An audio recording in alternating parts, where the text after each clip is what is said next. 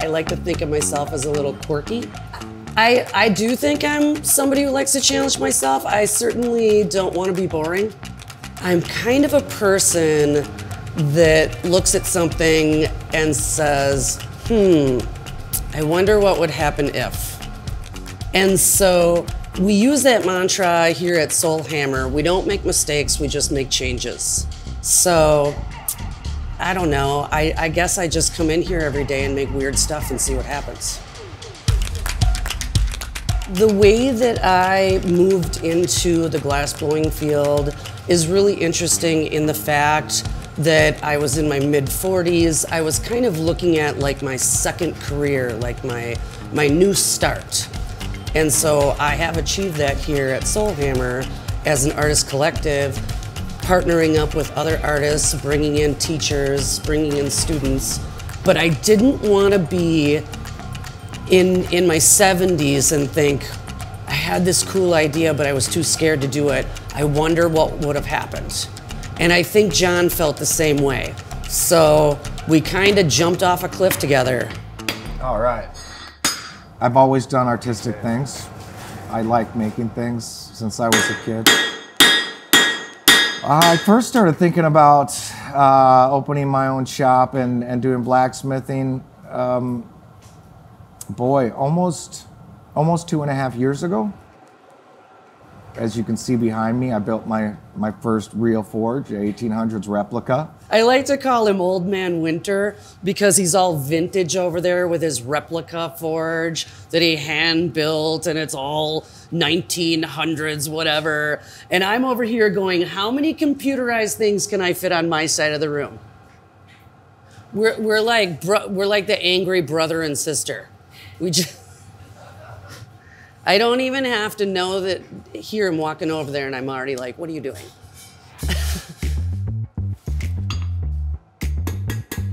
Soul Hammer to me is a place where everyone's welcome. No matter if you think you're an artist or if you've never picked up a paintbrush or if you've never thought about it before, it's a place of opportunity where no matter who you are, you can walk in and you can try something. When we first started Soul Hammer, Tammi and I agreed on that. The name Soul Hammer was specifically that you're not just hammering and shaping on the outside and with your art, you're also doing that internally. There shouldn't be the pressure of having to be perfect in things. It's that joy of just the doing that brings contentment and satisfaction.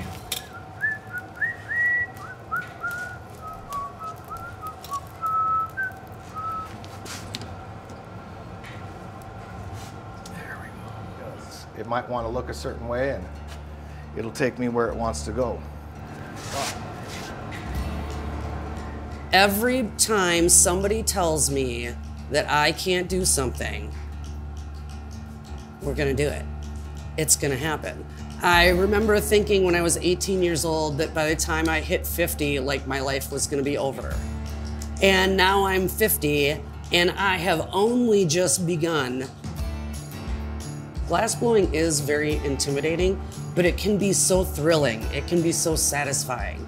Glass is an interesting animal where 1 minute it does something and the next minute it changes its own mind, and you have to be ready to jump to a different thing or a different tool or a different technique all the time.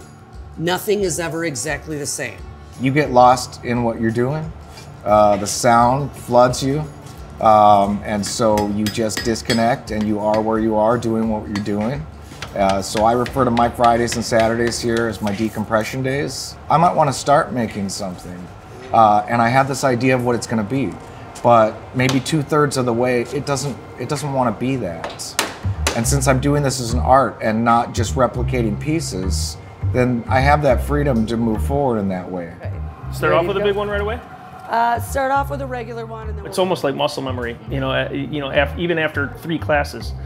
Yeah, for me, it's like accomplishing something that I never thought I would ever be able to do. Right now. And the satisfaction of you actually making it is big. I mean, like I did that, It's real cool. There you go. You got it. Tammi is, for one, very, very hands-on with you, and she wants you to succeed. She definitely wants to show you everything that she can do so that you can do it too. Look at that stem. We have a really cool following of local artists here at Soulhammer. Anywhere between 12 and 17 artists local to this area of Wisconsin, if not specifically Princeton in itself. Princeton historically has the biggest little flea market in the state of Wisconsin, and we get between 7,000 and 10,000 people at the flea market in Princeton every Saturday from the spring all the way through to the fall. And so all the food vendors are in there, all the different flea market booths. Princeton is a pretty cool place to come on a Saturday. Everybody's excited about what everybody else is doing. The vibe seems like super supportive. Princeton is just super welcoming.